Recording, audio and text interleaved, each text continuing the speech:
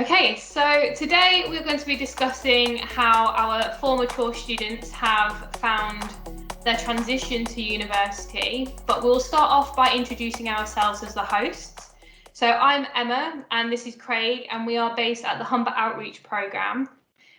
We work particularly with the schools in the Humber region, including East Riding, Hull, Scunthorpe, Grimsby, and the surrounding area at the north of Lincolnshire. Today we're just going to discuss the transition. We have had a previous video on freshers, so if you'd like to see what the first year students thought about university transition, you can go and see theirs. But if not, stay tuned for the mature students today. Okay, so could you all introduce yourself, your course, how old you are, and where you've kind of come from if you're local to the area. So if you want to start with Sahil, do you want to start? Yeah, so hi folks. I'm Sahil. I'm 24 years old. I'm studying medicine, and prior to university, I worked in a couple of different roles in health and social care. So I started off in social care, working in elderly care, and then I moved on into the NHS. Amazing. Yeah, Claire, how about you? Yep, so I'm Claire, I'm 25, I'm from the Hull area and I've applied to study biomedical science, and it's different to what I've done before because I started out as an accountant and then I've gone to more like an office role where I'm a letting agent at the moment. Amazing. How about you, Darren? I'm Darren, I'm 28, I'm studying computer science. I came straight from an apprenticeship after a number of years that I did for 2 or 3 and then came straight into studying at university. Amazing. Okay, Jodie? I'm Jodie, I'm 36. I had rather a large gap between sort of college. I did a degree first of all in fine art, which didn't work out, wasn't for me. So I then moved into care work, and then from there I worked into nursing from this company. Yeah, amazing. I think we may have a couple of connection issues with you, Jodie, but that's okay. It's okay. You're streaming in from the hospital, so you can't do much about that, but it's okay. So just to summarise, you did a degree in fine art, or you were going into that kind of industry. You then decided to go into some like care work, and then you've gone into nursing. Brilliant. Yeah. Perfect. And then I will ask Craig as well, even though he's a member of the HOP team, the Humber Outreach Programme team. He's also a mature student. So Craig, do you want to introduce yourself? Yep, so I'm 50, it's a big birthday end of last year. I've been out of education for 34 years. I left school at 16 after doing my O-levels, went into the forces, had a great time, came back and worked for BMW Jaguar, but then decided I had a young son at that point, I would give up work, or proper work, and I'd go back to sort of education. I've had to do it all pretty much part-time around obviously jobs for finance purposes. So yeah, I've done part-time college courses, evening college courses, and built up to doing level 4, 5. At the moment, I'm doing a level 6 course, so a degree level course in careers, which helps in the role I'm doing with school children. But also, I'm doing a master's at Hull in education, inclusion, and special needs. That's 2 years part-time. So although I've gone back to education, it's taken me over a decade. Going through the ring really, but at my own pace, so that's been quite nice to get to where I am. But yeah, this will be the end of it when I do my dissertation in the summer. So I've done life the wrong way around, if I'm honest. Well, we'll come on to that and how we feel, you know, if it was the right time for all of us. So if we could start off with how we found the transition, why did we want to go to university? So Sahil, why did you, obviously medicine, if you're wanting to go into going to be a doctor, medicine's, you know, important, but why did you want to do medicine as your degree? I think I sort of more or less when I was in school and college, had a variety of careers, events, and that kind of stuff. So I sort of had an inclination that I wanted to do medicine, but my personal circumstances didn't allow it at the time, leaving college. So I sort of always wanted to do it. I just didn't have the time. I just didn't have the opportunity at that point. So I went and worked in health and social care sector in a variety of roles, and I still wanted to do it. So I thought, well, this is the right time now for me to go get my qualifications and try and get into medicine. And luckily, I was able to do that. Amazing. So did you do your qualifications, your college A levels a long time ago, and then had to, at 18, the normal age, or did you have to go and do those prior? So originally, I was at sixth form, but I had to drop out for health reasons, Okay. and then I did go back to college after a few years to get, yeah. How did you find that, going back to college a few years later? I was a bit rusty. I was a bit rusty in terms of academic stuff, but I was really well supported at college, and I can't really complain about that in terms of the transition at all. I wanted to do it, and I sort of pushed myself to do it. Yeah. I was going to ask there, because obviously for medicine you've got to have the top grades. And do you think, being honest, you would have got the grades had you stayed at school till 18 and had health allowed, or do you think that actually going back a bit later helped you in the longer run? I think just because of how I was feeling at the time, I wouldn't have got the grades I needed to get into medicine. So I did need that gap to sort of get myself back on track before I was, able to reach my potential in that regard. So yeah, absolutely. I do think I needed to do it at that point. I think that's a fabulous point, because I think the current situation, any students listening to this recording are probably thinking they're under the pump a little bit in year 13, excuse me, and therefore this applying for university now, potentially having not sat half of year 12 and 13, is a real concern, and some of them may defer or go back. So I think that's a really important point, that it's okay to take that break, and I know that sometimes there are consequences that happen, and you can't help that. Like, I'm glad you've been really honest and said it was your health, but the fact you dropped out was necessitated by that, but actually going back has then helped you in the longer run. So I think that's really important for any year 12s, 13s listening at the moment. Yeah. Definitely. How about you, Claire? Why did you decide to study biomed? I've always been interested in science, but when I was at school, I didn't really know what I wanted to do. And it was the same with A levels as well. So I did accounting, history, like business related A levels. So I sort of put myself into a point where I couldn't really do anything science related, because I sort of picked what I wanted to do already. So I got an accounting apprenticeship when I left school, and I just sort of went from there, really. Amazing. So why did you come back to do biomed? Did you specifically want to pursue that earlier on, but you just kind of fallen down the wrong track at college? No, I'd done well, but it just got to the point where I realised I wasn't enjoying what I was doing, and I sort of been thinking about it a few years. There was a point where I was going to go back, but I'd been working for a couple of years, and I just thought I'd want to keep earning a wage, and I'm a bit nervous about going back, and that was a bit of a barrier for me. So then this year sort of been like a turning point, because it's forced myself to sort of look at it a bit more and look into it, and that's been what's made me look and go into it, really. I think that's a good point. I think when you're taking your A levels, it's always really difficult to get if you don't quite know the exact career you want to go down, i.e. medicine as a whole, so here is where you've got to take certain subjects. I think, again, for anybody listening, it's important to take just a range of subjects that keep options open. I think we say that quite a lot to students, that if you're not quite sure what the end goal is, then just take a range of subjects that can hopefully help you. The academic subjects are always going to be, but also do what I know we're going to come on to Jodie, but do something you enjoy. And it sounds like, Claire, did you get careers interviews at school that sort of led you down that route, or was that your own choice? No, so we didn't really have a lot of guidance at school, really. The only thing that we had was you'd be pushed into going to uni. So you'd be pushed into staying into education, but they didn't really advise on what you could do or what the choices were. It was just sort of stay on, and that's it, really.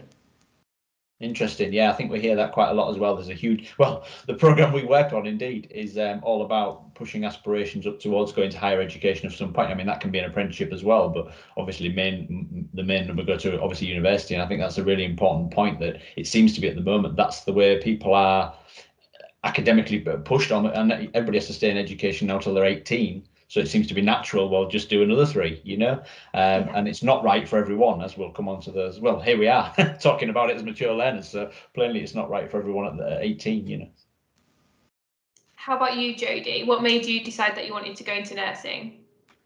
I just, in my job, I've always liked a challenge, and as much as I enjoyed caring, I wanted to be more challenged.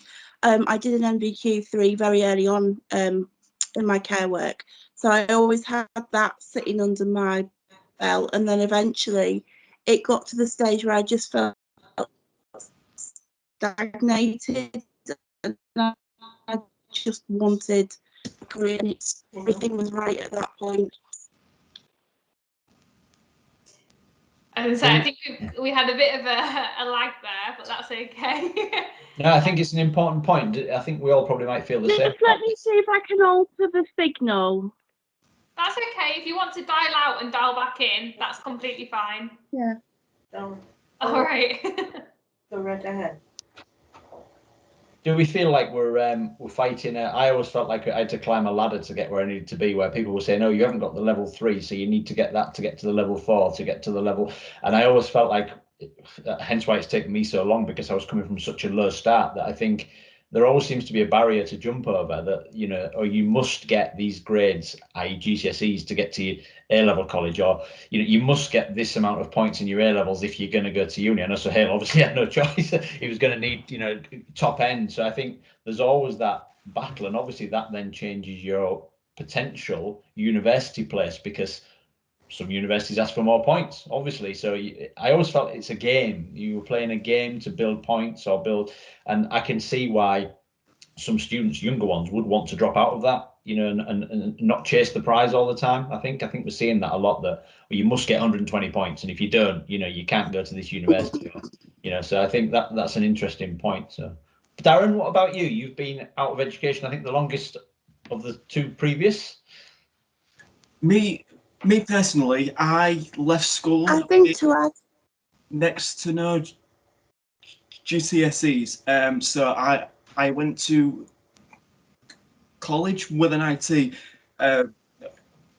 GCSE. That was the only one that I achieved. And then after college, I've always been interested in ICT and computing. So I completed a couple of apprenticeships, and after completing those, I came to university. So in terms of students that may think they haven't done as well as they could have at school or in their exams or anything like that, there is always a way forward to come into higher education. Yeah, definitely. I think that's a really important point. I think, you know, as Craig said, you kind of use these stepping stones. You go from level 2 to level 3 to level 4 to and you just keep climbing that ladder.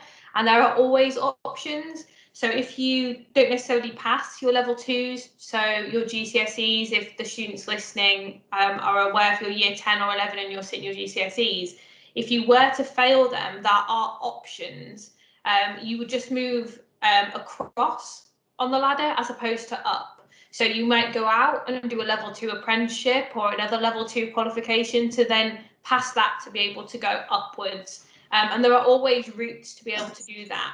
And I think it's important to note, it will move us on to this next part, that a few of you did foundation years or are on foundation years like Claire is.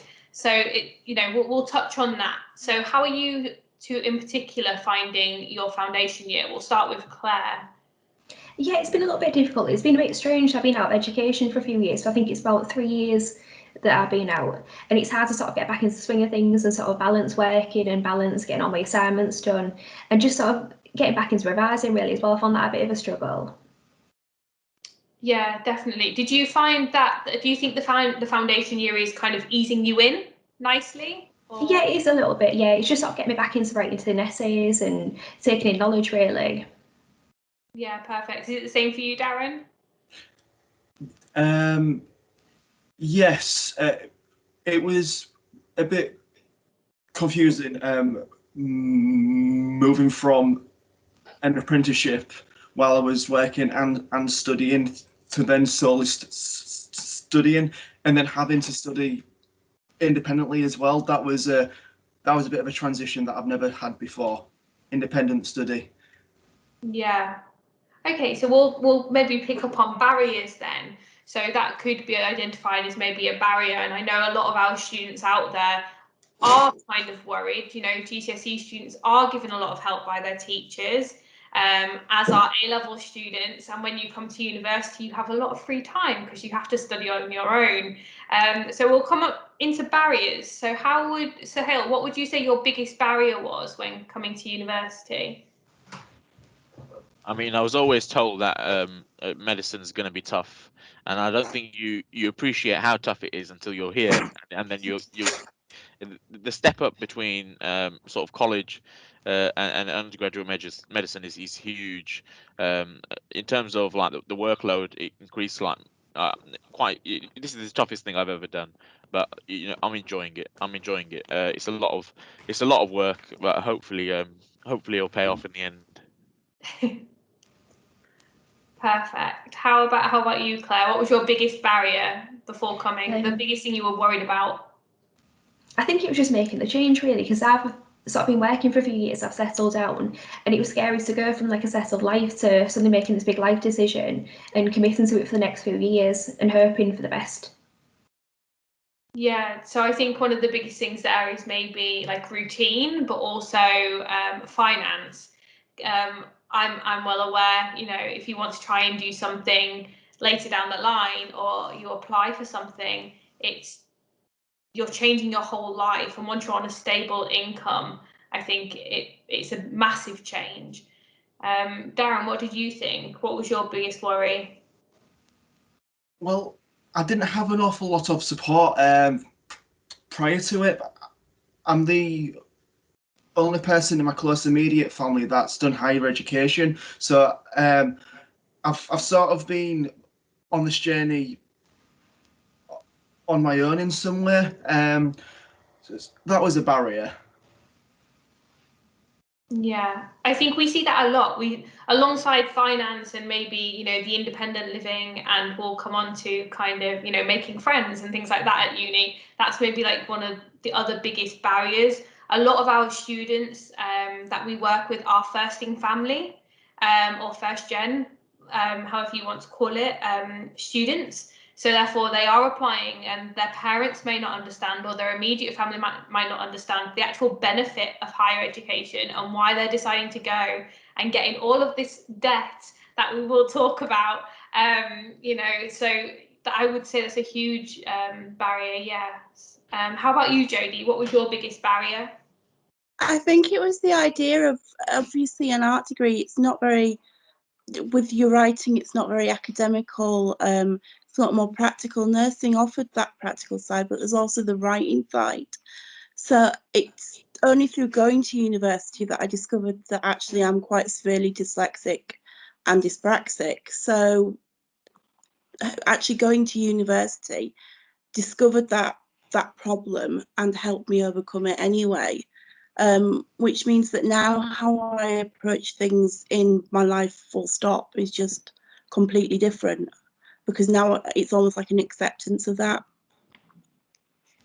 Amazing. Yeah, I think you come across a lot more, you learn a lot more about yourself and how you handle situations, and in your case learning about a medical condition which is going to help you to no ends to be able to handle your everyday life. So that's amazing, that's great.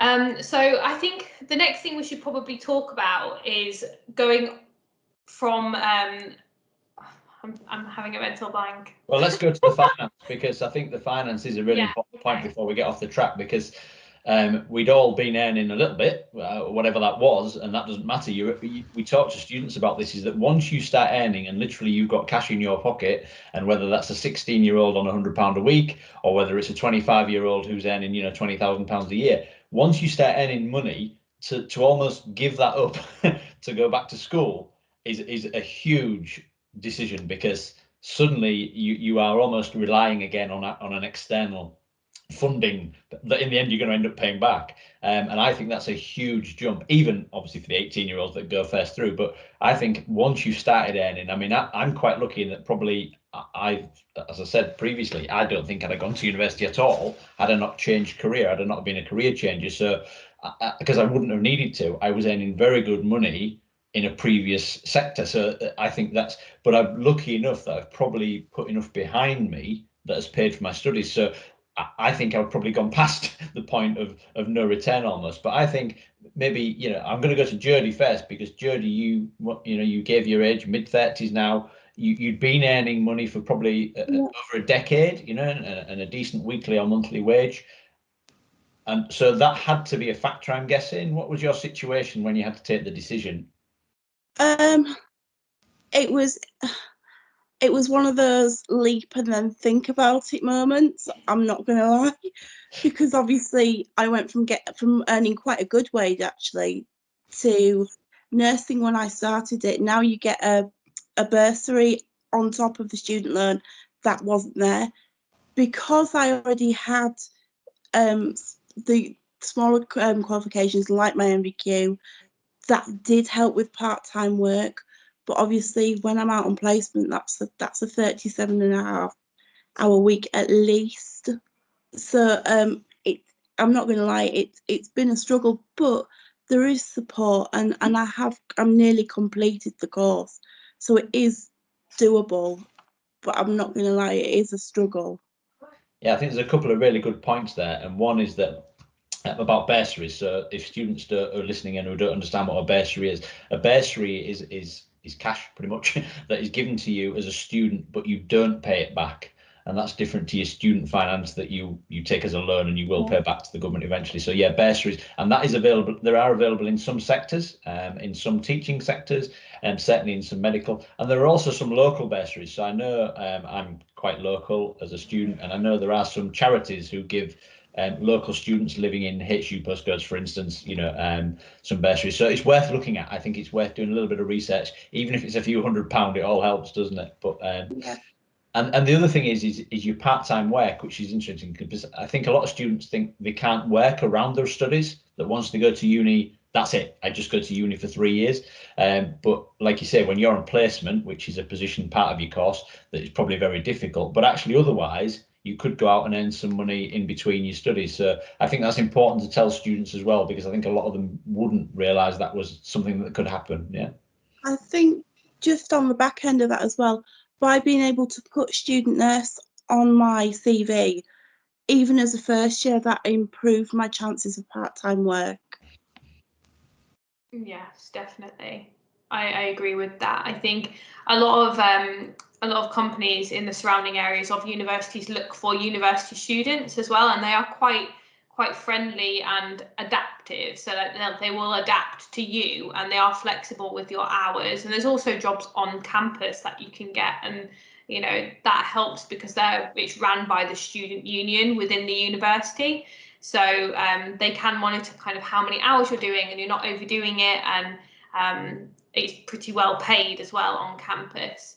So Darren, you put your hand up. Yeah. Did you have something to add to that? Yes, it was regards to bursaries and other types of scholarships type of things. There is one for mature students that I received myself. It's called the studentship one, and it's in terms of people that are mature students but first gen as well.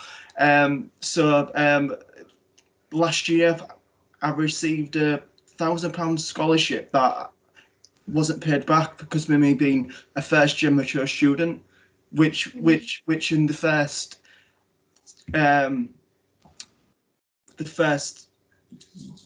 year of my full bachelor's was really helpful in terms of paying off accommodation and things like that. Yeah. There are multiple bursaries and scholarships individual to each university. It's worth noting that. And it was interesting for Jodie to mention the NHS ones that you can get on top for certain studies. So just being aware and looking on each individual university's website and seeing what you are applicable for. Some scholarships are given just on academic merit. Some are given on circumstance, and some are given on other types of factors, such as, you know, where you've grown up, if you're first generation. And those bursaries do go a long way and do help a lot of students. So it's worth checking that out on each individual university's website.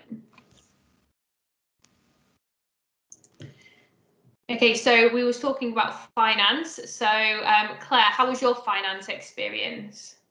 It's been a little bit of a funny one because I started when I was 24. So technically, it's based on my parents' income, but I'm sort of living at home. I've had my own house for a few years and I'm completely financially independent. But I found that I had to put my parents' income in and it sort of limited the amount I can get. So I'm having to work full time and try and balance that really. So you can work, but I think it's just trying to find the right balance of things. Is that because you lived alone, Claire? It had to go on your parents' income. Is that how it works? No, I think it's because I'm 24. Well, I was 24 at the time I applied. I think it changes slightly when you hit the 25 mark. I think you become independent at that point. Yeah, I think you're right. I'm way past it, but I think you're right. I think 25 is, but it's an interesting point because again, it's just something that, you know, if your parents' wages are taken into consideration, it means you will potentially get quite a bit less money to go off to help you at university. So it seems a little bit harsh. I guess they have to draw a line in the sand somewhere, but yeah, it certainly can make a difference, can't it? Because Darren said £1,000 is a lot of money, you know, for not to be paying back. That's great to get your accommodation. You know, could pay a couple of months accommodation certainly. So I'm going to go to Sahil because obviously I'm guessing you're 5 years. Is it 5 years you've got to do in medicine, Sahil? Yeah. Do you just want to explain how the student finance works for that? Because normal student finance, obviously for a degree, would be 3 years. So how does it work in medicine? So I think I may have to be corrected on this, but student finance will fund a few of years of it, and then the NHS will fund the final 2 years, I believe, of the medical degree. I haven't really looked into it. It's a bit like it's a problem for future Sahel, but it is definitely something that I think it's important for us to be aware of. And I personally found the transition from full-time work to you know, not working or working very little to be difficult, because I developed a sort of lifestyle that I'm quite happy with, but then going back to a student budget, I did find quite difficult. So I do work part-time. I work as a student ambassador for the med school, and I also work in the NHS as a bank auxiliary nurse. So uh, you have to balance. You have to have a good balance, because the med school, I think they allow me to work for up to 20 hours a week. But realistically, with the workload, 20 hours a week on top of the workload would be quite difficult for me. It would be if you wanted to sleep, certainly. Yeah, there's a big difference between universities in how many hours they recommend. When I was at my undergraduate university, they only recommended 12 hours. So it is different across different universities, and I think it is different within different courses as well. I think they're a bit more prescriptive. I think some universities have unlimited. You could work full time and study full time, but you'd be an absolute genius. You must be a time traveler to be able to do that. Because I don't think it's actually doable. So you have to find your own balance, like you said. I mean, you sound like you're juggling a lot as it is, Sahel, doing your auxiliary nursing and a student ambassador. So yeah.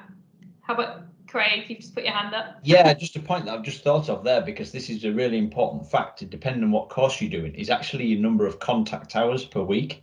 And I think students, this is where we talk about, we go from a full-time GCSE student who does 5 hours a day, 5 days a week, to an A-level student who may do equivalent of 3.5, 4 days a week, to then university. So contact hours. So here we'll start with you, because I guess you'll be you and Jodie are going to be somewhere near the top. What is your expected contact hours? So that would be the hours you're expected to be learning per week. So I think we get online lectures. They can vary between 5 and 7 hours a week. That each of the lectures are 50 minutes long. And for me, it varies between individuals, but it takes me about 2 hours to get through each lecture. So in terms of lecture content, that's 14, 15 hours of my week gone already. And then on top of that, we have problem-based learning, which is small group teaching. That's 2 1.5-hour sessions a week. We have anatomy, which is 1 hour a week. We have placement, which is 2.5 hours a week.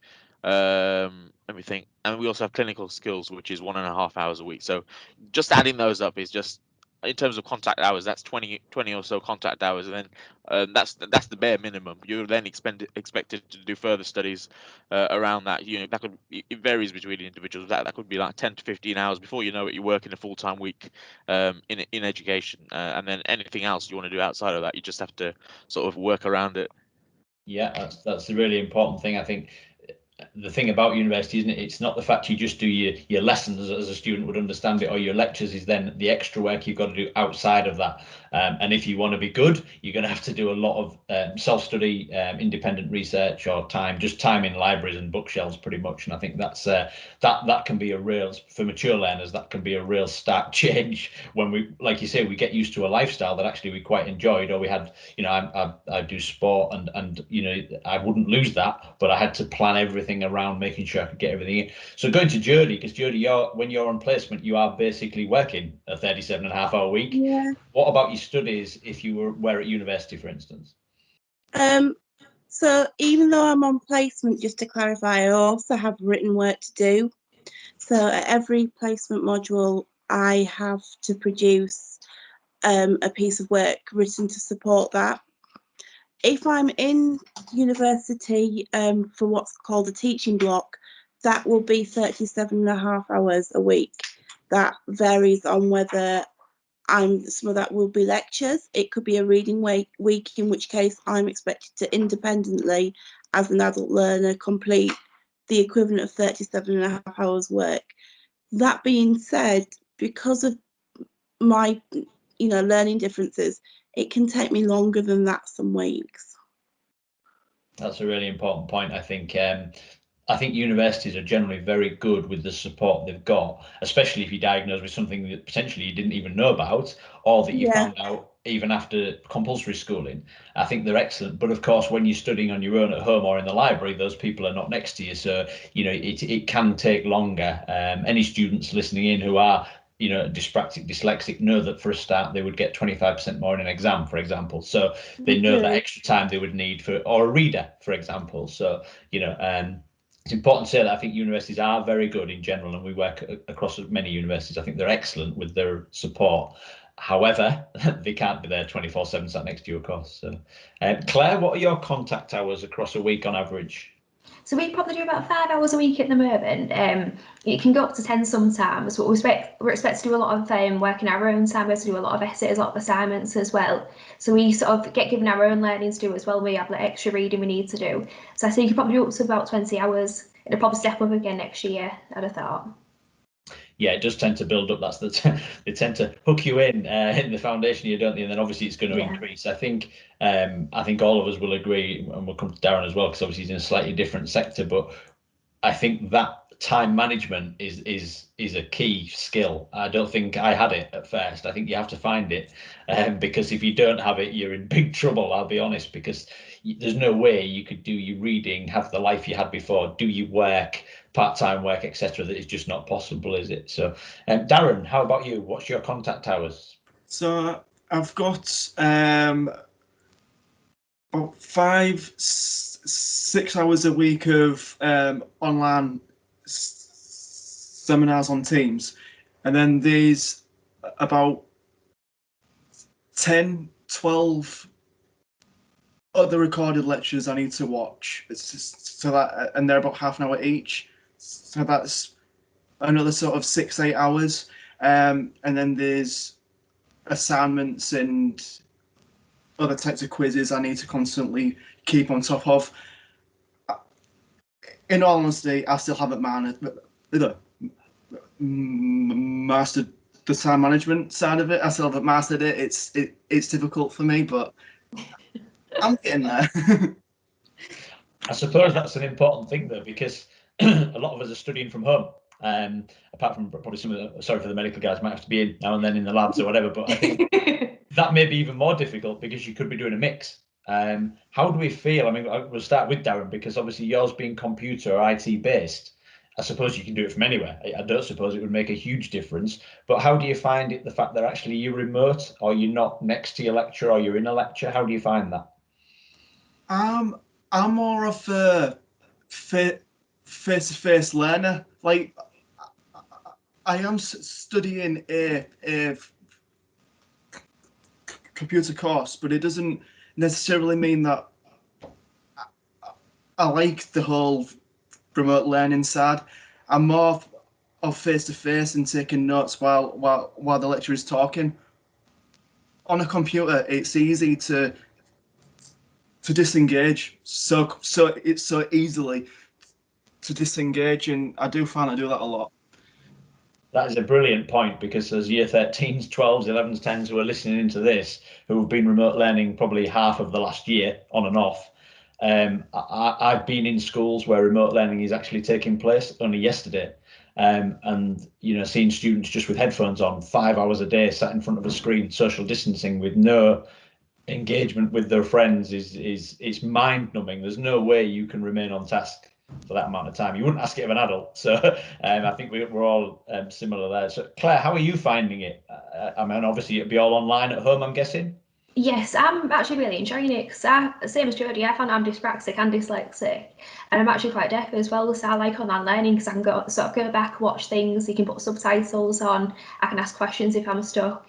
That there's loads of materials I can access as well. So I find it a lot easier, I think, than face-to-face learning. So I do enjoy it. That's good to hear, yeah, because I guess in a lecture room where there may be, well, there could be 100 of you, or there could be 20 of you, really difficult. I think this is a point of that I didn't realise, where you can't just put your hand up really and ask a question. They're not going to stop a lecture just for one guy in a corner who didn't quite get the last point. You know, they're going to move on. So I think this watching the recording, and a lot of lectures are recorded, I tended, in my early part of my masters, I did tend to go back and just think I didn't quite understand that half an hour. I'm going to have to go and go over it again. That really helped me, I think. I didn't feel, well, stupid. Yeah, I didn't feel stupid as a mature learner, putting my hand up and saying I don't get it, you know. And I think that's, I wouldn't say it's not acceptable, but it's not the done thing in a university lecture. And that's hard, again, that you can't just ask a question, you know. You've got to, everything's done by email as we are now as remote learners. So I think that can be frustrating for me, trying to get in touch with somebody from my course when I think I need the answer pretty quick, and it could be 24, 40 hours. I find that really frustrating. So Yeah. Hale, are you doing a mix? Are you blended, which is a mix of online and lectures? Yeah, it has been blended. So all our lectures are pre-recorded, and I quite like that. I like that flexibility because I can sort of do a lecture a day or that kind of stuff, work around my own other commitments. But I do have some face-to-face elements. So my problem-based learning, that's face-to-face, anatomy is face-to-face. Clinical skills, interestingly, is online. So they've had to adapt the curriculum completely. So I've not done any physical examination. It's been focused on sort of communication skills, how to take histories from patients, that kind of stuff. But yeah, I do really enjoy the mixed delivery. I'm not, you know, I think I enjoy it more than some people do, because I think it suits my learning style. I think that's one thing we do learn, is that we don't know our learning styles, do we? Because nobody's ever gone through that with us. We do some work in schools around basics, around learning styles and cognition. How do we learn? You know, how do we pick things up? I'm a very visual learner, for instance, so I like to colour things in and circle things and doodle. I like to print it off, have it in front of me, read it, make my notes on it, because I remember the notes or the colours. That's how my brain works, you know. And I'm with you. Sometimes I can listen to a lecture for an hour or 2 hours, as we are some evenings, and I come out of it thinking I don't remember what we said an hour ago, you know. So that chance to revisit, or that I'm a note taker, so I do tend to take notes in lectures. That helps me because I've got 2 or 3 different things to go back to.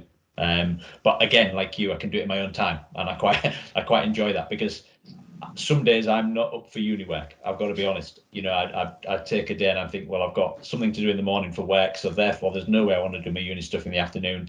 Maybe I'm an evening worker, and I think you find that about yourself as well, whether you're a morning person or an evening or middle of the night. I mean, we go to Emma and I have come back from trips to far-flung places and come back to the uni very late at night, and the library's got loads of people in it. And I think that's, again, for students listening in, I love going to the library late at night. It's quiet, you know. I tend to get loads of work done, take my snacks with me, and I enjoy that type of atmosphere. So, you know, that's helped my learning, but again, not for everyone. So Jodie, how about you?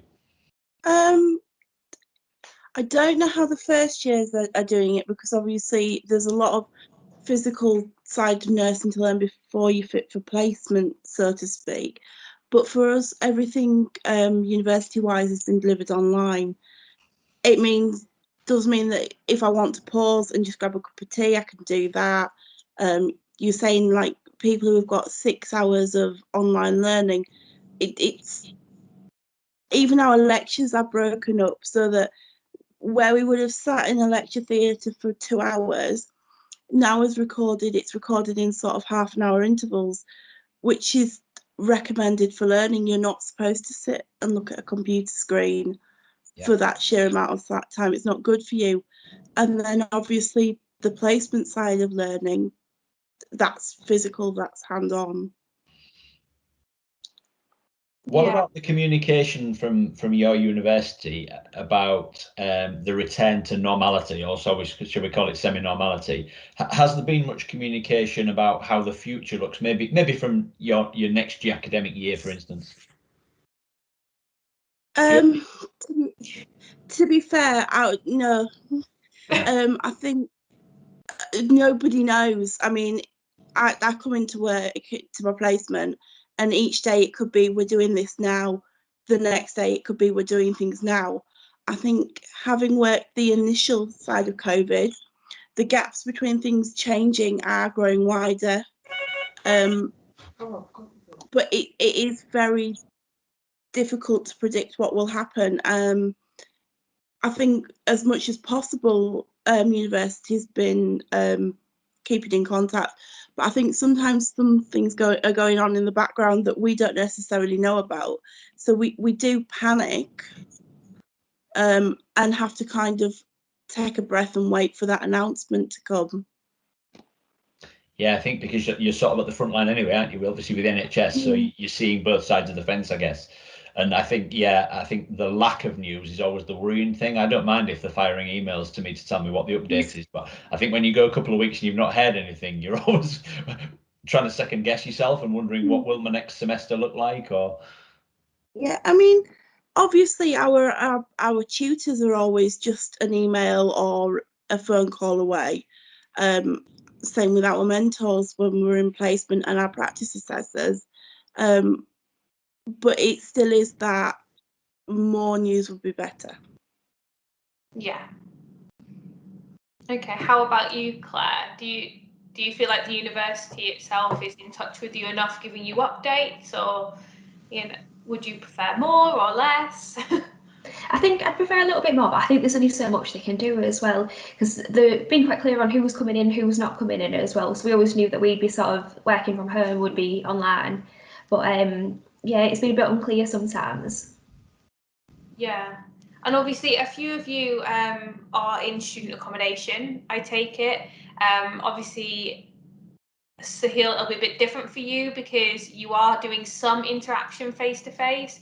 But for those of you that are doing just online learning that maybe have accommodation, how do you find that?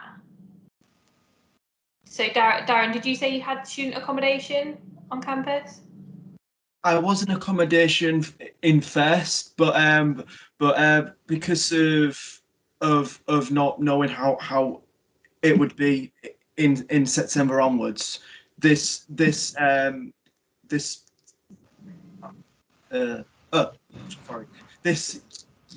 year I've decided to stay at home.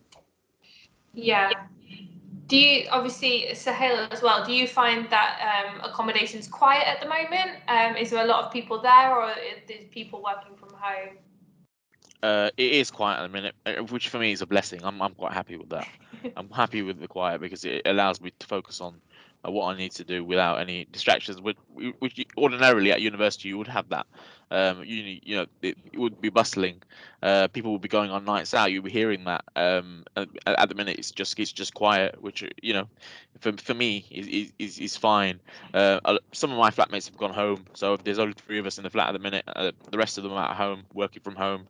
Because most of their course is being delivered online, and that makes complete sense for them. Obviously, I know you can't speak for personal experience, but do you know if those students have actually been reimbursed for any of their accommodation when they were advised not to come back to campus, for example? Yeah, so the university in the university accommodation anyway, they have been reimbursed for that. So I think we've been quite lucky here in terms of that. They have been very proactive and reactive to students' needs. So yeah, they've been really good in that regard. Yeah. Just on the accommodation front, for those of you that did go into shared accommodation at some point in your journey across university, how did you find that experience? You know, are you very happy with your flatmates? Do you find them annoying? What kind of accommodation are you in? Did you have a choice in the matter? That type of thing. So if we'll start with Sahel, because we know that you're currently in accommodation. So.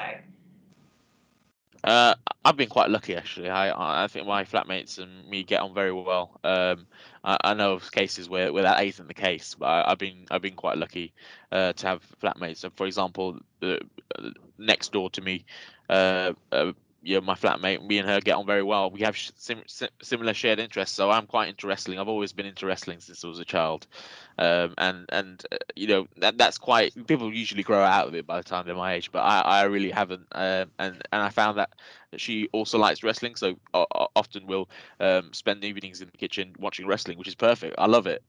For me, that's perfect. Just is your flatmate on the same course or a completely different subject? Completely different subject. She studies education, so yeah, it is. You know, you might find that you meet people who have different academic interests, but your personal interests.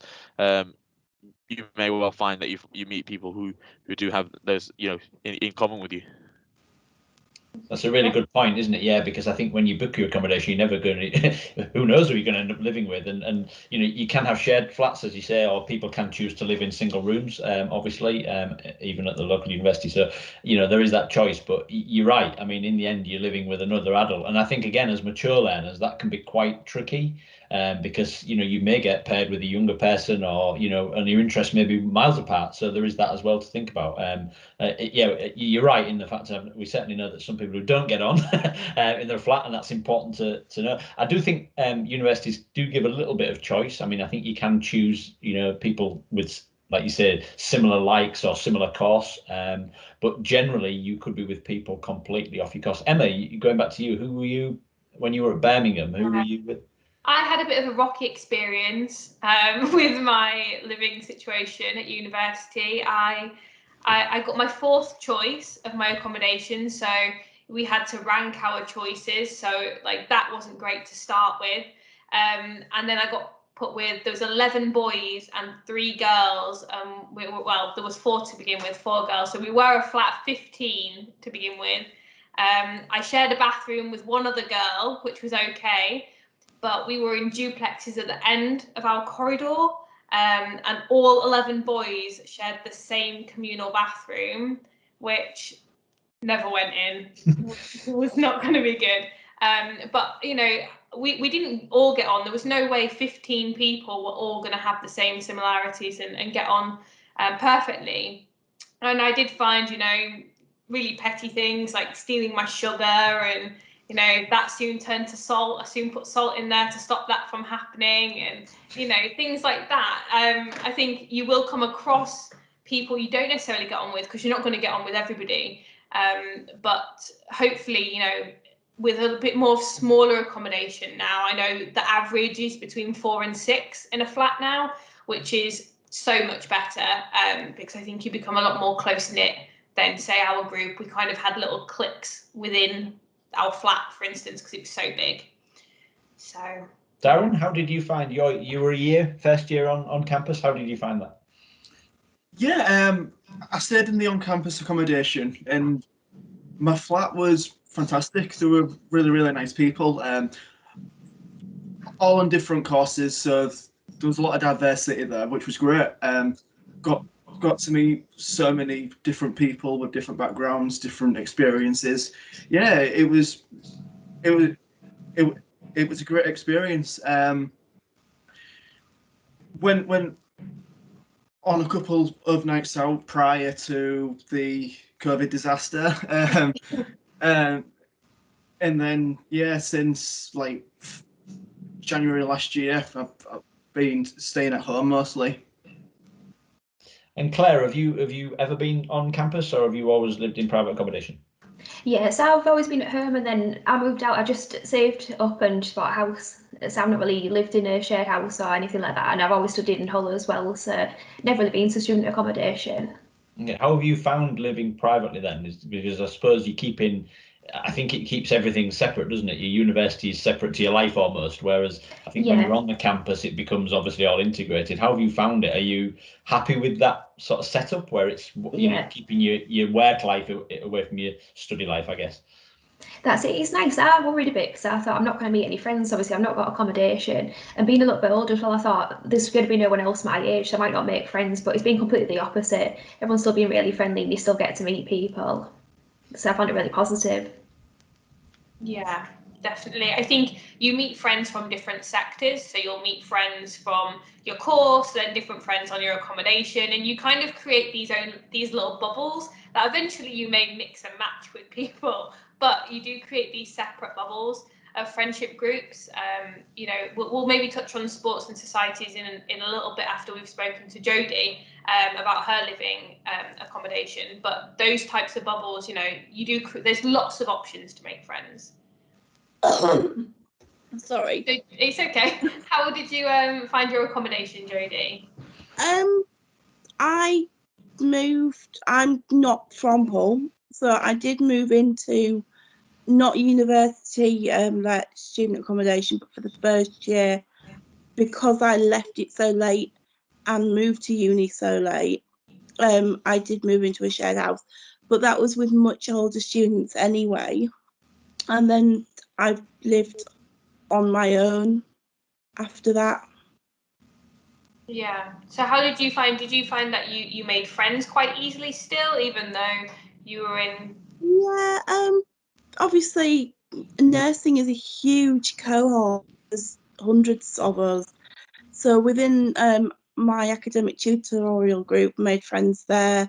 I joined a few university societies. I'm not from that far from Hull, so I already had friends in the area as well. So it was a mixture, really. Yeah.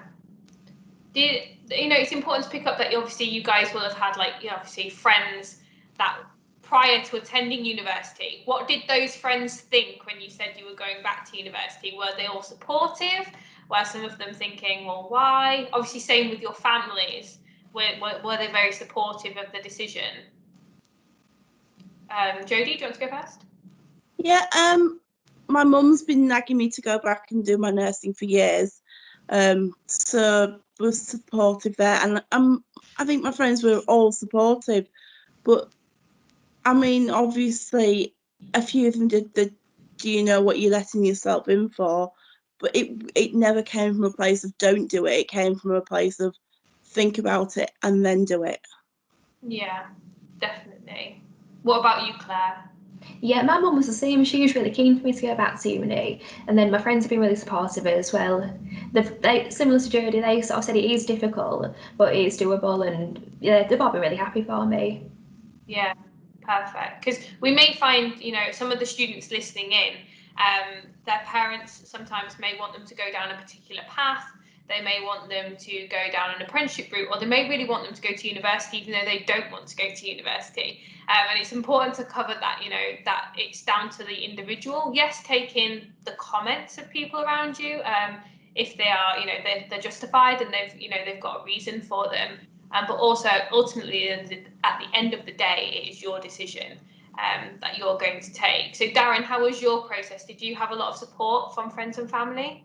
Most people around me, there was mainly concerned of how much debt I'd be in on the end of it, and because to me, struggling in education too for most of my early life, there was concerned if I'd actually be able to complete my course and all things like that. So, but once I started and everything got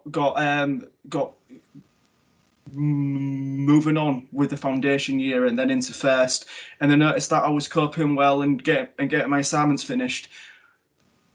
Everyone's been really supportive and just keep up the good work. Yeah, perfect. They all believed you once you started doing it and showing them wrong, so that's good. Yeah. How about you, Sahel? my friends were generally very supportive. They knew I wanted this, so they kept me going. They kept me pushing me to do it. So I've always had that. I'm quite grateful for that level of support I received. My parents were a bit iffy about it because obviously they didn't want me to get in the same situation I've been in previously, where because of health reasons I'd have to drop out or something like that. But yeah, I've always been quite bullheaded in that regard. I've always done what I wanted, and regardless of whatever everybody else thinks, I've always tried to go with what I want. And I think that's a good approach in life. For too long, I was sort of focused on a linear path. But I recognise my own journey is going to be my own journey. It doesn't matter how long it takes, as long as I get to the end goal of being a doctor, then I'm quite happy with that. I think that's a really important point. I've just written some work on this, is about the English system and how linear we are all expected to be. Do your GCSEs till 16, A levels or BTECs till you're 18, then either go to uni, get an apprenticeship, get a job, and it's very, very straight line system. It's quite scary really, because I've studied other countries as well, and yeah, we've got it wrong. But anyway, that's personal opinion. But I could back it up. But I think it's just an expectation now, and on the back of that, we see it even locally, is that this expectation to go to university or to get a job, that's it. The gap year thing is not really talked about, or the let's have a sabbatical and just try a bit of part-time work and get my head around things. And I think, well, here we are, all testament to it is the fact that actually we've taken time to do other things and thought, do you know what, no, I've always wanted to do this and I'm going to give it a go. Who knows that we'll all be successful? Hopefully we all are, but we're doing it, I think, talking from me, I'm doing it for personal reasons. I wanted to go back and just, I think, prove to myself, I think. I know I'm quite an intelligent individual, but I have nothing to back it up. And unfortunately, again, the English system requires you to have this piece of paper that says you're intelligent. And that's how the job system works, and I think quite difficult in the UK to get, shall we say, financial recompense without a degree. And we could back that up all day with statistics, Emma, couldn't we? We do talks about the difference in earnings from people who've got a degree. So I'm not agreeing with it, but I'm saying that in this country, that's unfortunately mostly the case. How do we feel about the $1 million question, literally, when we're talking about cash, about value for money? Because I would say all you guys are paying exactly the same amount for your studies. The £9,250 a year, which is the standard top rate for universities are allowed to charge at the moment. So you're all paying exactly the same, getting a very different course or support, or, as we found out, contact hours. So value for money wise, how do you feel you're getting your value for money? So if you're 9,250 plus whatever you've got in your other loan, Jodie, I'll go to first, because you're pretty much full-time working at the moment and almost paying for the privilege. How's that work? Yeah, exactly. This is something that almost winds me up. There are 3 access routes into nursing now that weren't there when weren't available to me when I started. That you have nursing associates who don't qualify as a band 5 because that's how the NHS works. When I'm qualified, I will be a band 5. They qualify the band below us as a band 4. They can then convert that into a degree, and they learn on the job. There is also apprenticeship nurses now who, because they are employed by the NHS, they get their fees paid for, whereas I'm paying for it. It's interesting because as much as any degree I think is worth paying for, it's worth putting some money into that pot if you're going to get a better career prospect out of it. There are times when it's 3 a.m. in the morning and you're on a night shift and it's Saturday night and everybody else is out at work, where you think this isn't fair, particularly if the ward's not greatly staffed, or it just, it's a hard degree. It's not all. There are some pretty amazing moments, but there's also some pretty awful ones as well. I'm not going to lie. And at 3 a.m, that just somehow feels worse when you're paying to be there. There's a couple of points there, isn't there? It's almost, I think all of us agree, it's probably a bit of a speculation to accumulate. You know, you need this qualification if you're going to go further. And like you said, you'll become a band 5, basically qualified, fully qualified nurse, and hopefully your earnings over the next few years will reflect that, you know. But you do feel sometimes that there's a shortcut or a cheaper way, and people are going to get to exactly the same position. And with actually not paying anything or with more support, it is really tricky, and I get that completely.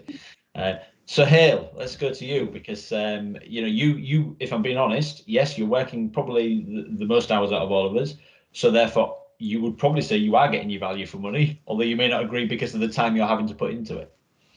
No, I absolutely think I'm getting value for money. So this is the only route into medicine, as far as I'm aware. This is the, you know, people will often, you know, be graduates and still want to come and do medicine. This is the only route into the career. It's a tough route, but it's a tough career. You know, people's lives are in your hands. I wouldn't expect it to be any easier than this. I do feel that under the circumstances, even with the pandemic, the university has adapted well in terms of our course delivery. I can't really fault it, and I think actually 9,250 is actually probably significantly lower than the cost it takes. The cost of training a medical student is significantly higher than that. So yeah, I'll have a substantial debt at the end, but I'll pay it off, and if I get through it, I'm happy with that. I think it is. The resources are a thing, isn't it? I know we if we compare the you know, I've been to the med school where you'll be, and the kit is quite incredible up there on the top floor, for instance, and like you say, these lecturers, you know, they're all generally from the sector, so like you say, it's costing a lot of money to teach you. But we spoke to an English student in our team the other week who really didn't feel like she was literally, she got nothing other than lectures, and she had to buy her own books, but she was paying 9,250. So obviously we got the other side of the coin there. So it's really interesting, isn't it, what you consider value for money? Because I think we look at careers and the average wage post degree, and it's stark reading in the UK of the, you know, Jodie, I know you started with an arts degree, and the general wage in that is very, very low, even after a degree, you know, as is English, bizarrely, and really teaching. You know, teachers go through a 3-year, 4-year process to get their PGC, and their starting wage is lower, £20,000. So, you know, would they consider value for money? Well, you get a very different situation. But just going to go to Darren here, because potentially the computing field, obviously being you know, it is the forefront at the moment, and tech and STEM. Would you expect when you finish your degree to get a well-paid job within the sector? Is that your goal, or is that your expectation? And therefore, do you think you're getting value for money? After a couple of years, I would hope to have a decent paid job, but going straight from the graduation, I'd likely enter some sort of grad scheme or something like that, which the wage would be significantly less. In terms of the value, though, I don't think it is value for money, not at this moment in time. Like, I could be doing the exact same thing on an open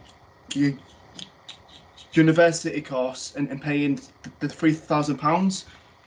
I do get that the support from the lecturers and always being able to message them and get answers. I get that that's involved in the 9,250, but this moment in time, I think it should be a bit lower. Yeah, that's a good point. Yeah, it's a good point. As a result of COVID. Yes.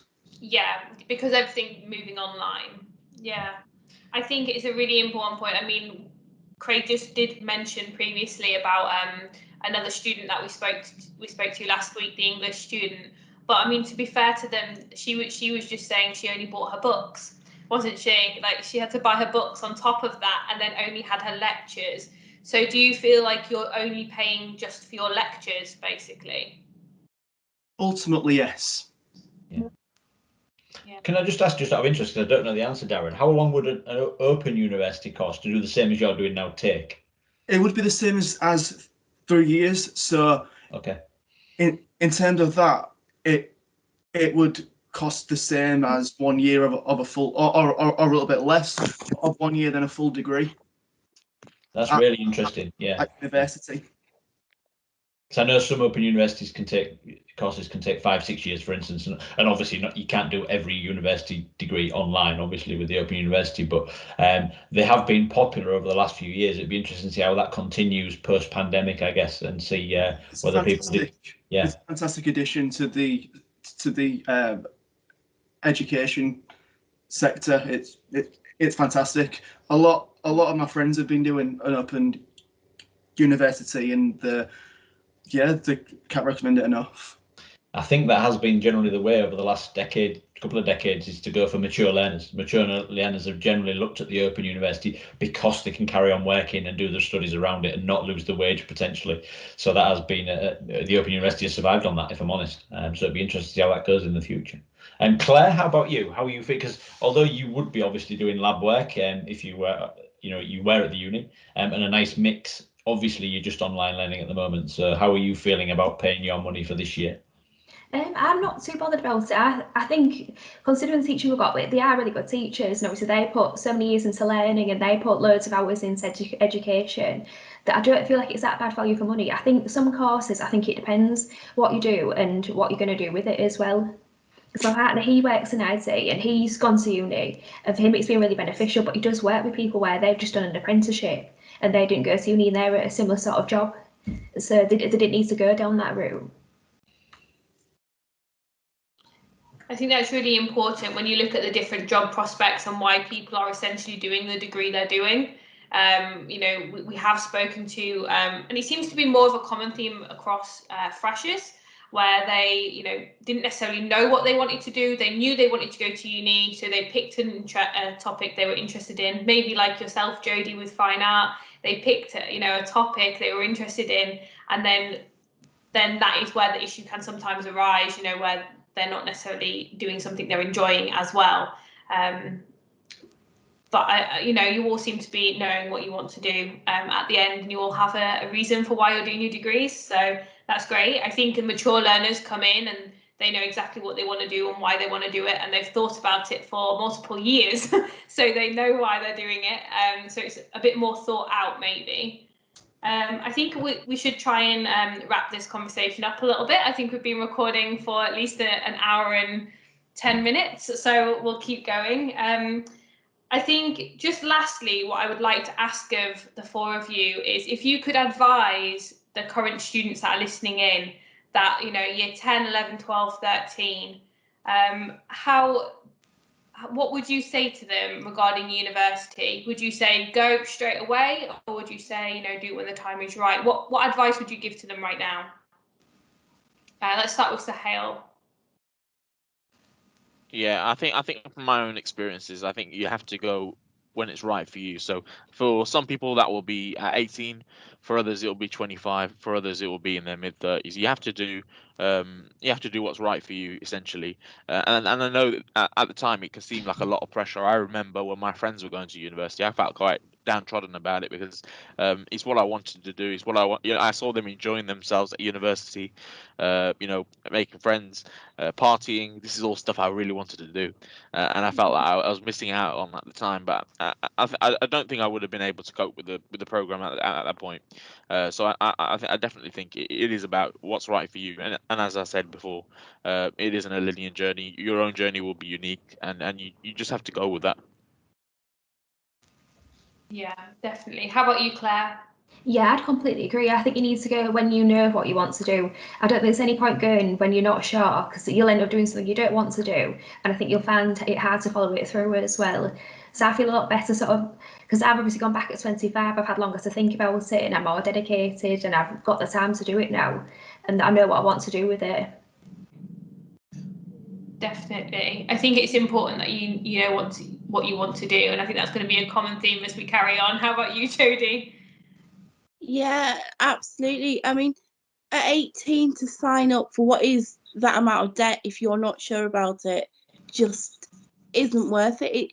Even to take a year out or just to wait until you're ready. I know if I could go back and redo it, I would never have gone at 18. it, you know, who I was then to now is just a massive difference. And who knows, I may have done this degree sooner had I not have had the first one as well. And yeah, just wait until you're ready. There's no rush. I've not missed out on anything. I did the partying when I was younger. I can do the partying now, other than COVID, but just wait. Yeah. How about you, Darren? All I can add is that it's never too late. It's never ever too late. The universities are always accommodating to anybody who wants to apply or wants to do a degree. It's never ever too late. Never feel like it is. Yeah, I think on my master's course there were anybody from literally 21 up to, and I think the oldest guy is late 60s. So yeah, and from all over the world as well. That's the interesting thing. So one thing online learning has supported is that there's a guy in my course, bless him, he's always tired out because our lectures are after tea in the evening, and he's in Saudi Arabia, so it's the middle of the night. So he's a little bit tired, bless him, when he logs in live. But yeah, we've got students from all over Europe. We've got a couple of in the Barbadians, and we've got one from the Turks and Caicos. So literally all over the world, and it's been fantastic just to meet different people from different backgrounds, cultures. And that at any age, I mean, even at my age, when I've travelled the world significantly, I think has been a huge plus, meeting people from different backgrounds. So yeah, I think it's been a really positive experience in general. Yeah. Yeah. And I know I said that was going to be the last question, but I actually have one more. Okay. And that is, what do you think is the most important thing to do? I mean, you've all said, you know, going to university later. So what do you think is the most important thing to do in that gap? Do you think, you know, to become more of the person that you want to be, what would you say is the most important thing to do? Let's go with Sahel first. I think it's a really good time to explore your own interests, actually. You can always have the benefit of hindsight, and I wish I'd done stuff like going traveling, that kind of stuff. Whereas I was always, I wanted to do medicine, and so I was like, oh, I have to do this voluntary work, I have to do this, I have to. I was involved in various different things, which I thought would make my application better. But with the benefit of hindsight, I wish I'd gone traveling and just enjoyed life a bit more. That's interesting. Yes. How about you, Jodie? Yeah, just what works for you. Do you want to save up and spend some, or do you want to spend money? Do you want to go traveling? It's personally, I look back and I wish, I'd gone traveling, or I'd done something whilst I was younger and I didn't have all of these responsibilities now that I'm older. So it's your time. You should be doing what you want to do. Yeah, definitely. And obviously, Claire, you mentioned you bought a house. So, I did, yeah. So I think just do the things that you want to do, sort of go on holiday, sort of work out what you want really as well, even if it's doing another job, to see if you actually like that job role, whether you'd maybe want to go down there in the future, or whether you think you maybe want to do something completely different. Yeah. That's a really good point about the careers thing, because I think there is no such thing as a job for life anymore. So pretty much, you will to dip your toe into different sectors or different work. And, if somebody had told me 20 years ago I'd been working in education and with students, I'd have laughed them out of court, So I don't think you ever know until you try. So I think it's great, and we make mistakes. I think that's absolutely fine, is to say we will all make mistakes and make wrong decisions, and that's okay. Don't be frightened to change your mind later. It's absolutely fine. There's no such thing as having to save face in front of, like we've all talked about, having supportive friends and family. They will back you if they see it's the thing you want to really do. So definitely. And how about you, Darren? What would you advise to students that are maybe going to take a gap? What would you get them to do? Get some form of work experience. Make sure to keep that CV current, so then when you do decide to study, on the end of it, there's more opportunity for an employer to see that you've got experience in something, and you're not pushed beyond the other graduates that have that experience. So just make sure you get some form of experience and keep that CV current. Amazing. I think that's some really good advice there. I think it's important whenever you're applying to jobs or when you actually start to apply to university, they like to know kind of what you've done in the last 3 years. So, you know, in your gap, make sure that your gap is full of things that you can write about if university is something you think you're going to do later down the line. Okay, so I think we'll end this here. So I'll finish the recording. Thank you to all 4 of you for joining us today. It's been brilliant.